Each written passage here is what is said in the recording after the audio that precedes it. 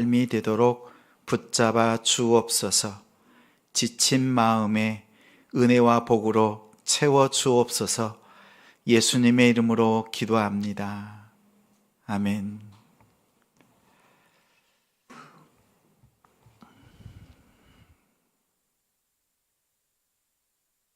말씀은 마태복음 11장 28절부터 30절입니다. 신약 18쪽입니다. 마태복음 11장 28절부터 30절입니다.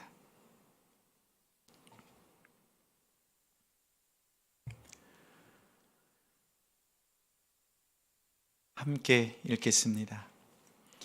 수고하고 무거운 짐진 자들아, 다 내게로 오라. 내가 너희를 쉬게 하리라. 나는 마음이 온유하고 겸손하니 나의 멍에를 메고 내게 배우라. 그리하면 너희 마음이 쉼을 얻으리니 이는 내 멍에는 쉽고 내 짐은 가벼움이라 하시니라. 아멘. 무거운 짐을 벗고 쉬고 싶다면, 무거운 짐을 벗고 쉬고 싶다면 이라는 제목으로 말씀 전하겠습니다. 꽤 오래전에 좀 당황스럽고 곤란한 일을 경험한 적이 있습니다. 기차를 타기 위해서 부지런히 갔지만 간신히 역에 도착했습니다. 기차가 앞에 보입니다. 출발하려고 이제 막 시동을 거는 것처럼 움직이려는 것처럼 보입니다. 기차를 향해서 얼마나 뛰었는지 모릅니다. 간신히 타자마자 기차가 출발했습니다. 아, 다행이다. 부산행 기차를 타고 싶었는데 서울행 기차를 타고 말았습니다. 타긴 탔는데 반대 방향의 기차를 탔습니다. 그 순간 얼마나 당황스러웠는지 모릅니다. 다음 정거장에 내려서 다시 표를 끊고 또 그동안 시간을 소비한 것이 얼마나 아쉽고 또 안타까웠는지 모릅니다. 여행할 때 빨리 가는 것보다 더 중요한 것은 방향이라는 말이 있지요. 우리 신앙생활에 있어서도 그렇습니다. 말씀에도 방향이 있습니다. 그 방향을 제대로 알고 말씀에 더해진 삶을 사는 믿음 생활이 중요합니다. 말씀을 내 마음대로 해석하려는 경향이 있습니다. 내 마음에 위로가 되도록, 내 상황에 맞추어서 자기 마음대로 해석할 때 하나님께서 담아놓으신 그 진정한 위로를 우리는 경험하지 못합니다. 그런 대표적인 말씀이 욥기 8장 7절 말씀입니다. 내 시작은 미약하였으나 내 나중은 심히 창대하리라. 이 말씀 들으면 어떻습니까? 지금은 연약하지만 하나님께서 나중에 창대하게 큰 복을 부어주신다, 이렇게 이해가 되지요. 그래서 이 말씀 구절이 음식점이나 자그마한 사무실에 대부분 걸려 있습니다. 아마도 사업이 잘 돼서 창대한 그런 기업이 되고 또 대박나는 그런 음식점, 장사가 잘 되기를 바라는 마음으로 걸어두었을 것입니다. 그러나 이 말씀의 배경을 알고 나면 이 말씀을 다시 한번 생각하게 됩니다. 욥은 아브라함과 비슷한 시기의 사람입니다. 예수님이 오시기 전 주전 2000년쯤에 살았던 사람입니다. 하나님을 잘 섬겼습니다. 그런데 하루아침에 자녀와 재산을 다 잃어버렸습니다. 병에 걸렸습니다. 이 소식을 듣고 온 친구들이 멀리서 찾아왔지만 욥에게 위로한답시고 하는 말들이 욥의 마음을 후벼 팠습니다. 왜냐하면 그들은 도덕주의 그리고 인과응보라고 하는 그 생각이 가득한 친구들이었습니다. 지금 욥이 당하는 그 고난을 놓고 하나님께 죄를 지었기 때문에 이러한 결과를, 이러한 고난을 당한다고 생각했습니다. 자신들의 선입견과 편견 때문에 욥의 상황을 제대로 보지 못하고 오히려 욥을 질타하는 상황이 되었습니다. 그 친구들 중에 한 사람이 이렇게 말합니다. 내가 만일 하나님을 부지런히 구하며 전능하신 하나님께 빌고 또 정결하게 정직하게 하면 하나님께서 너를 돌아보시고 너를 의로운 집으로 형통하게 하실 것이다. 내 시작은 미약하였으나 내 나중은 심히 창대하리라. 한마디로 죄 지었잖아. 회개하면 하나님께서 다시 복 주실 것이다. 이렇게 말하는 것이 욥기 8장 7절 말씀입니다. 회개하지 않으면 복이 없다는 말이기도 합니다. 하나님께서 주시는 이 말씀은 욥의 상황과는 맞지 않습니다. 욥은 하나님 앞에 의로운 자였고 하나님께서 주시는 그 고난의 과정들을 성실하게 감당하던 그 욥의 상황과는 맞지 않습니다.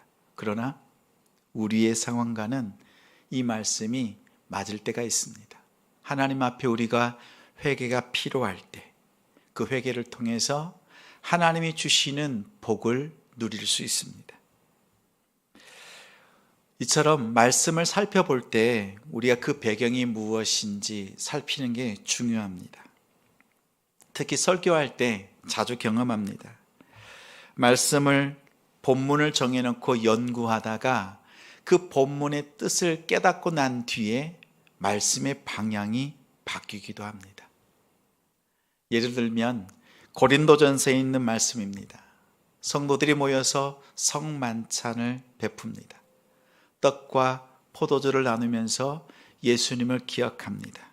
그런데 먼저 온 사람들, 또 성만찬을 베풀었던 준비한 사람들, 부유한 자들이 가난한 성도들을 생각하지 않고 먼저 포도주를 다 먹어버렸습니다. 떡을 다 먹어버렸습니다. 그러자 바울은 이렇게 권면합니다. 너희 자신을 먼저 살펴라. 여기서 살핀다는 것은 한 주간 동안 죄가 있었는지, 하나님 앞에 잘못한 것이 있는지를 살펴보고 성만찬에 참여할지 아니면 금할지를 결정하라는 말이 아닙니다. 근데 오늘 우리가 성만찬에 임할 때 가끔 이런 말씀을 듣지요. 한 주간의 자신의 삶을 돌이켜보고 연약한 부분이 있다면 예수님의 그 몸, 피를 상징하는 성만찬의 참여를 금하기도 합니다. 실상은 그런 뜻이 아닙니다. 살펴보라고 하는 말은 주변에 있는 연약한 성도들, 가난한 성도들을 돌아보면서 그 성만찬에 함께 참여할 수 있도록 돌아보라는 뜻입니다. 이렇게 말씀의 본문을 연구하다 보면 본문의 뜻을 깨닫고 난 뒤에 설교의 방향, 제목이 바뀌기도 합니다. 우리가 잘 아는 말씀이 있죠. 너희는 세상의 빛이다. 여기서 세상은 무엇입니까? 월드, 세상, 공간을 의미합니다. 너희는 세상의 소금이다. 여기서 세상은 무엇입니까? 땅 속을 의미합니다. 그냥 세상의 빛, 세상의 소금이라고 하니까 똑같은 세상인 줄 알지만 공간이자 또 한편 땅 속에 있는 소금을 의미합니다. 말씀을 연구할 필요가 있습니다. 오늘 본문 말씀도 교회를 오래 다니지 않았어도 한 번쯤 들어본 말씀입니다. 이 말씀을 바르게 이해하는 사람이 적습니다. 오늘 말씀을 예수님께서 초대하신 말씀인데 누구를 초대했는지, 그리고 초대한 목적이 무엇인지 이 두 가지 면을 살피면서 나누겠습니다. 먼저는 초대의 대상입니다. 28절에 보니 수고하고 무거운 짐진 자들아 다 내게로 오라, 내가 너희를 쉬게 하리라, 이렇게 말씀하셨습니다. 근데 원문에는 내게 오라고 하는 초대하는 말씀이 먼저 나옵니다. 다 내게로 오라, 수고하고 무거운 짐진 자들아, 이렇게 예수님께서는 초대하셨습니다. 수고하고 무거운 짐진 자들, 그들은 누구일까요? 매일 다른 사람들의 짐을 짊어지고 또 나르고 품삯을 받아서 하루하루를 근근히 살아가는 사람들을 말할까요? 그렇지 않습니다. 스스로 무거운 짐을 지고 산다는 것은 비유적인 표현입니다. 사람들이 무거운 짐을 지고 살아가듯이 지쳐 있는 인생을 바라보면서 예수님께서 비유적으로 말씀하셨습니다. 여기서 수고하다는 것은 지친 상태, 육체적으로, 정신적으로, 영적으로 힘이 고갈된 상태를 의미합니다. 우리가 이 땅을 살아갈 때 이렇게 수고하고 지친 상황을 맞닥뜨릴 때가 있습니다. 사람들이 짊어진 짐은 무엇입니까? 마음의 짐입니다. 29절에 보니까 마음의 쉼을 얻으리라, 이 말씀은 마음의 짐이 있다는 뜻입니다. 예수님은 당시의 유대 사람들 뿐만 아니라 오늘 이 땅을 살아가는, 이 세상을 살아가는 사람들, 과거나 또 현재, 미래든지 마음의 짐을 지고 살아가는 사람들을 초대하신 것일까요? 예를 들면 부모님에 대한 염려, 자식에 대한 걱정, 건강에 대한 염려, 신앙의 갈등, 또 학업, 직장, 사업에 대한 그런 고민들, 이런 것들이 우리의 마음의 짐이기도 하지요. 예수님께서 말씀하신 마음의 짐이 이런 것일까요? 물론 이런 것들도 우리의 마음의 짐이기도 합니다. 그러나 이것을 예수님께서 지적하신 것이 아니라 예수님께서 초대하신 수고하고 무거운 짐을 진 사람들은 특별한 짐을 진 유대인들을 의미합니다.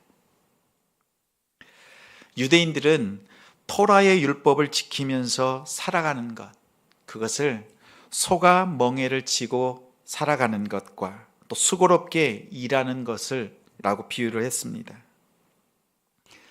유대인들은 13세가 되면 이 율법의 짐을 짊어진다고 생각했습니다. 13세는 성인으로 간주하는 나이입니다. 율법의 짐은 죽어서도 짊어집니다. 유대인들의 사고에 있어서는 그렇습니다. 사람이 죽어서 그 살이 다 썩어서 없어질 때까지 율법의 짐을 지는 것이라고 생각했습니다. 그만큼 율법의 영향을 받고 산다는 것입니다. 이제 살이 모두 썩어서 다 없어지면 남아있는 뼈만 추려서 두 번째 장례를 치르는 관습이 있습니다. 그제서야 율법의 멍에로부터 해방된다고 생각했습니다. 유대인들은 정말로 편안하게 안식할 수 있는 것은 이 두 번째 장례를 치르고 난 뒤에서야 이 평안을, 율법으로부터의 자유를 누린다고 생각했습니다. 이스라엘 백성들이 하나님을 사랑하고 그 계명과 율법을 온 힘과 마음과 정성을 다해서 다 지키는 것, 이만큼 어깨 위에 올려진 토라의 멍에를 진다는 뜻이었습니다. 결코 쉽지 않은 일입니다.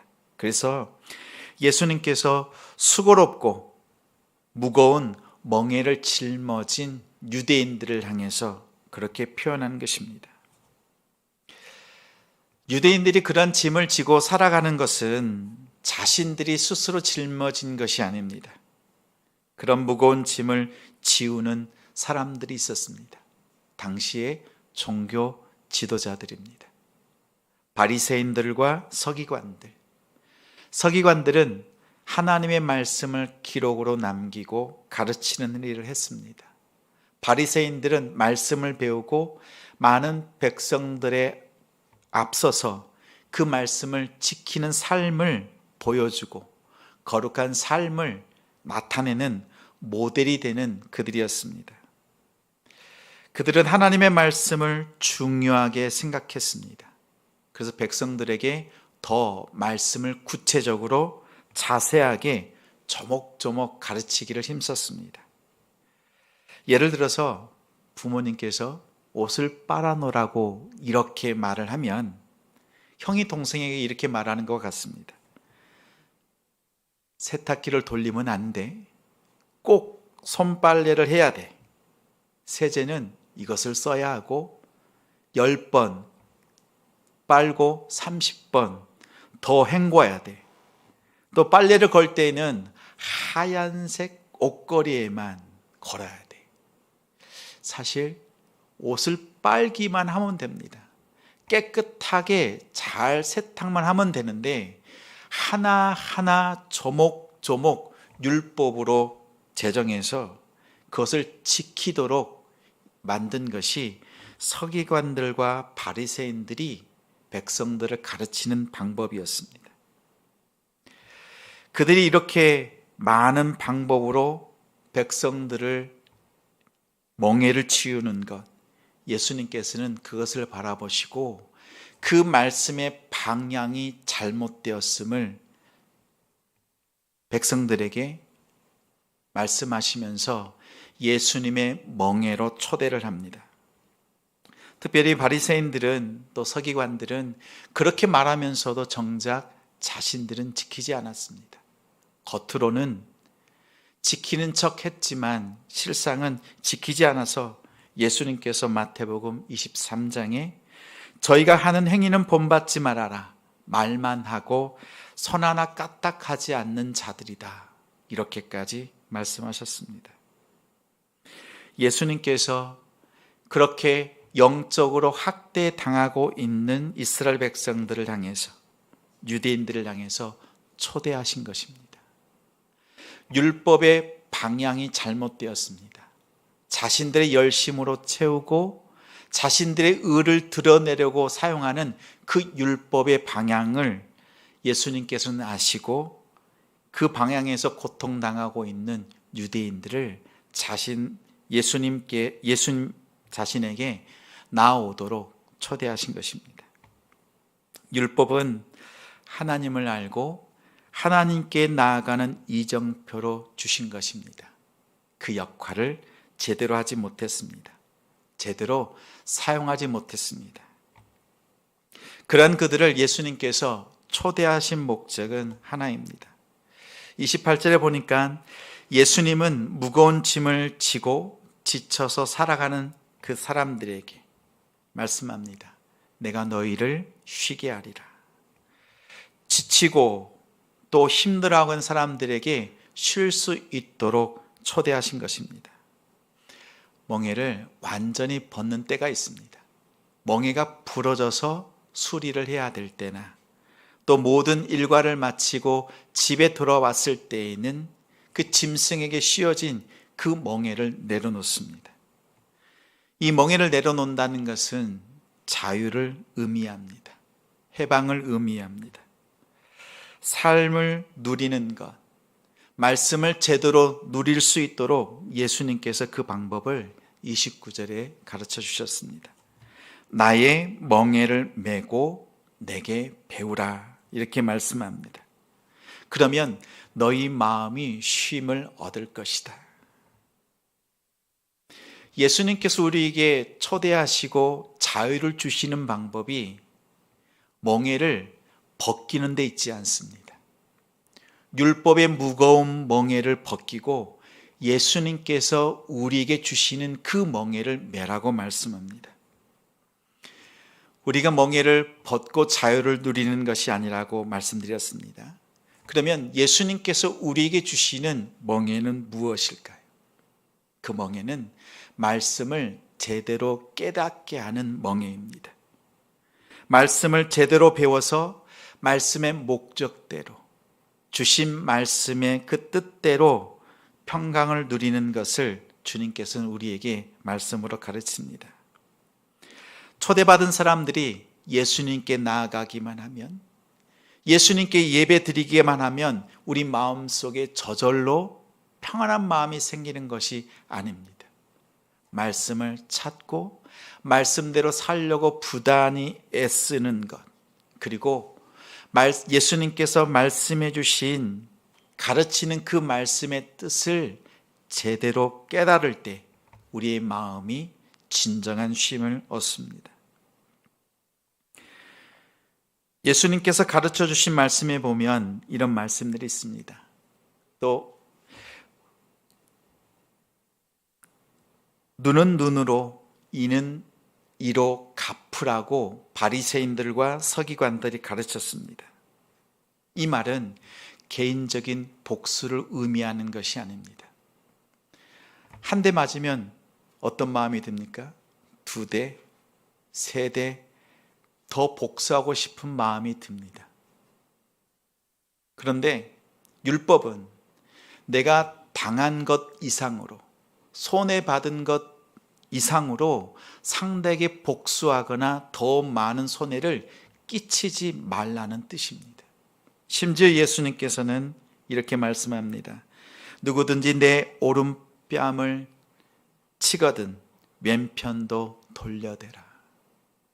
나도 시원하게 복수하고 싶은 마음이 들지만 오히려 예수님께서는 왼편도 돌려대라고 말씀하셨습니다.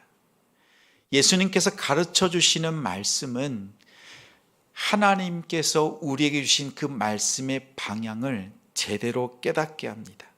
그런 면에서 우리가 말씀을 깨닫고 난 뒤에 짐이 아니라 쉼을 누릴 수 있음을 말합니다. 이스라엘 백성들이 율법을 순종하고 또 지키고 하나님의 말씀대로 살아냈던 것처럼 이제 예수님을 믿는 사람들, 예수님께서 주시는 그 말씀, 그 계명대로 살아내라고 우리에게 당부하시는 말씀입니다. 이 예수님의 초대 안에 들어가는 우리가 되길 바랍니다. 말씀을 배우기에 힘쓰십시오. 주일 예배 한 번 드린 것으로 충분하지가 않습니다. 우리가 하나님을 만나고 하나님을 예배하지만 말씀에 푹 젖어서 살아가는 우리의 모습이 필요합니다. 매일 큐티 하도록 우리 성도님들에게 자주 당부를 드리고 있습니다. 그리고 통독하도록 말씀을 읽고 말씀을 묵상하는 데에 힘쓰도록 여러 번 당부합니다. 우리의 믿음 생활에 있어서 남는 것은 말씀밖에 없다고 해도 과언이 아닙니다.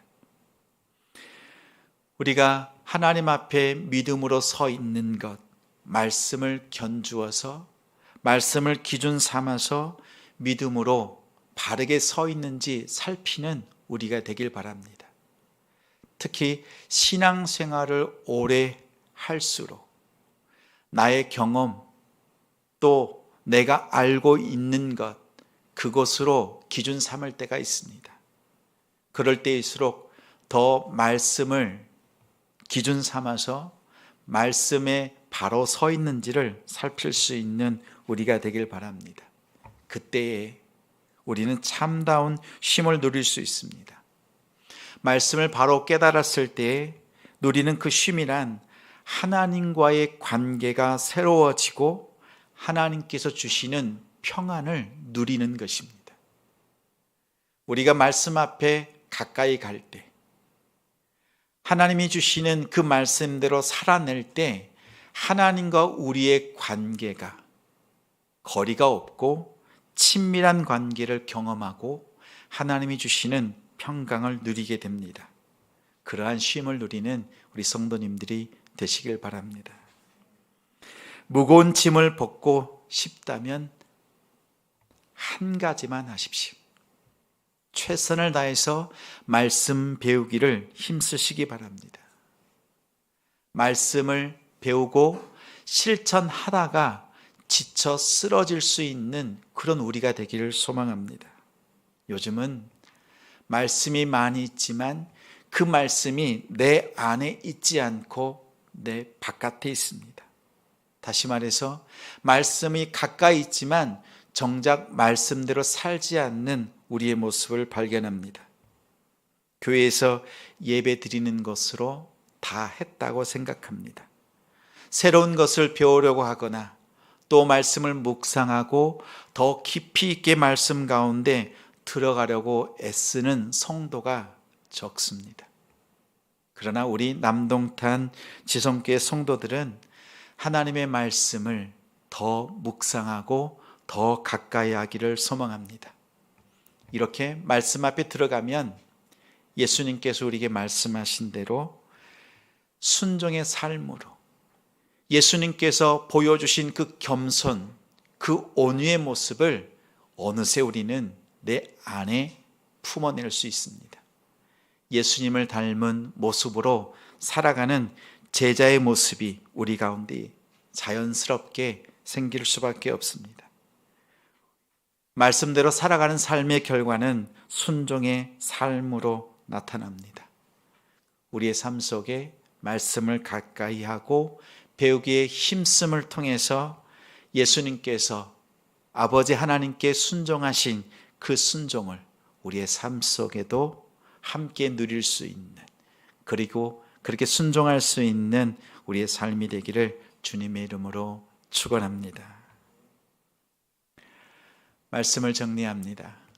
예수님께서 말씀하신 다 내게로 오라 수고하고 무거운 짐진 자들아 내가 너희를 쉬게 하리라 하신 이 말씀은 말씀을 배우고 하나님께서 주신 말씀의 방향을 따라서 순종의 삶을 살도록 초대하시는 말씀입니다.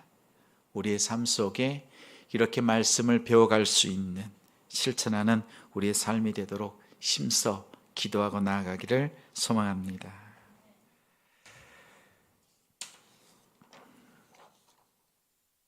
우리 함께 찬양 드리겠습니다. 주께 가까이 날 이끄소서.